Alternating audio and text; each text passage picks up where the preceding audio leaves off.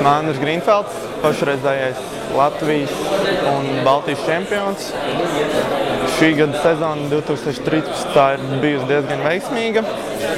Esmu uzvarējis Latvijā un Baltijā, ir sanākuši vairāk labi starti Polijas čempionātā. Diemžēl gan nesanāca nobraukt visu Polijas čempionātu, bet tāds ir mērķis uz nākošo gadu. Kopā ar Latvijas izlasi šogad uzstādījām pašreiz vēsturē labāko rezultātu pasaules nāciju kausā.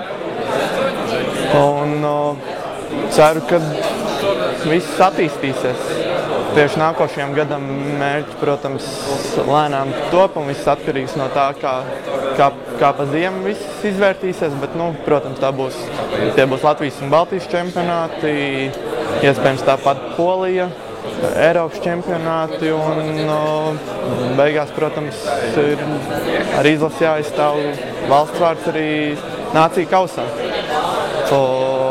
Ceru arī, ka jaunie braucēji attīstīsies un kļūs arvien vairāk.